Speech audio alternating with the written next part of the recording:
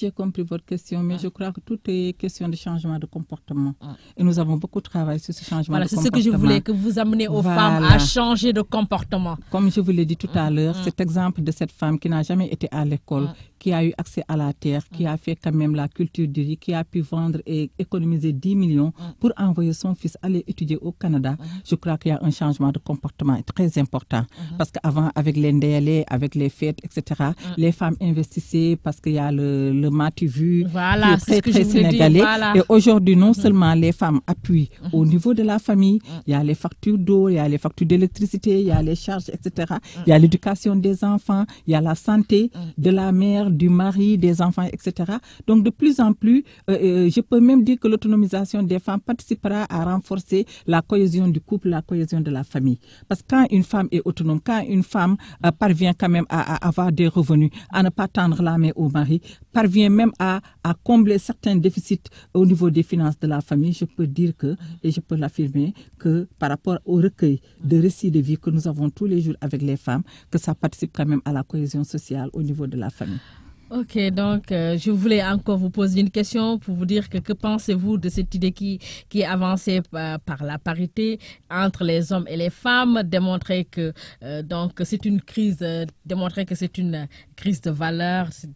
En fait, pour certains, les hommes disent que la parité est une crise de valeur.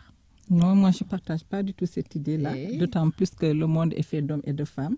Donc c'est le bon Dieu qui l'a fait ainsi. Nous sommes complémentaires.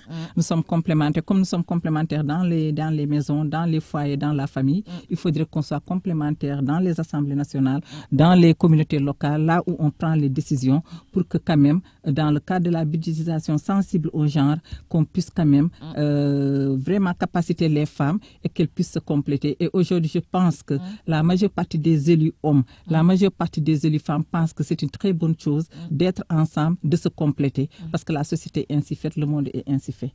Donc, en 2015, nous allons faire un bilan, parce que c'est 20 ans après Beijing.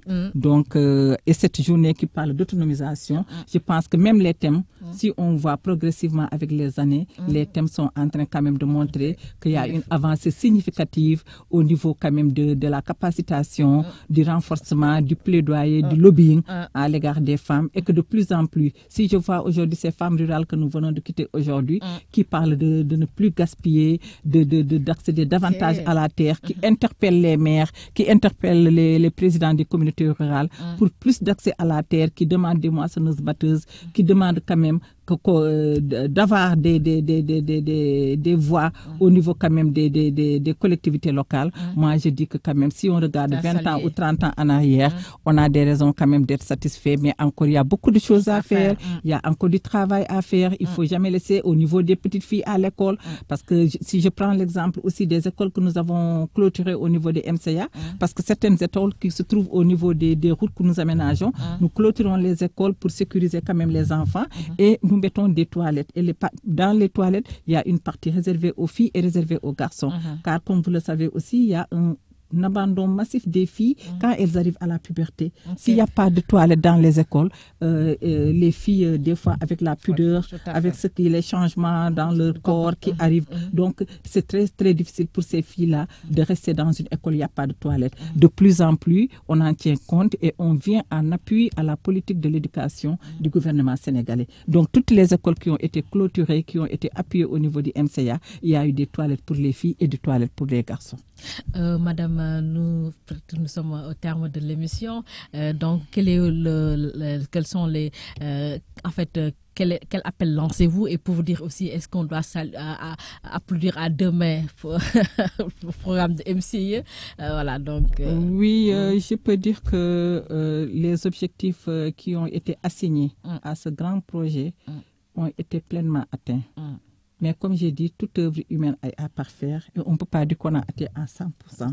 D'autant plus c'est un projet d'infrastructure et qui dit route, dit quand même des fois des objectifs à atteindre, des kilomètres à faire encore ou à ne pas faire. Mais en termes de social et genre, en termes d'amélioration de l'irrigation, en termes d'accès aux fonciers des groupes vulnérables, en termes d'aménagement des cuvettes, je peux dire que les objectifs ont pleinement été atteints. Et si on peut faire le bilan à mi-parcours, Nous avons inauguré 2 ponts, le pont de Ndjoum, le pont de Kolda.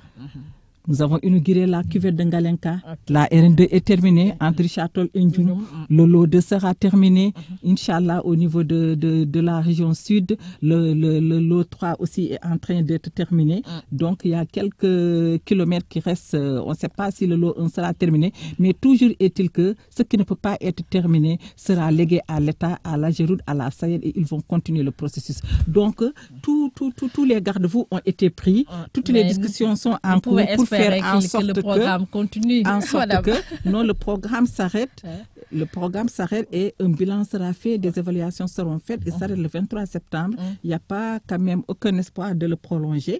Mais comme d'autres pays ont eu à avoir un deuxième compact, il se pourrait que compte tenu des résultats obtenus par le Sénégal, il se pourrait que le Sénégal puisse obtenir un deuxième compact. Mais pour cela, il faut d'abord terminer le premier. Il faudrait l'évaluer et voir dans quelle mesure on pourrait. Mais selon, après le bilan que vous avez fait tout à l'heure, donc on peut espérer, on souhaite qu'Allah, le Tout-Puissant... Oui, on le souhaite très très fort. Voilà. Et là, nous vous remercions aussi de nous avoir invités pour recueillir nos opinions.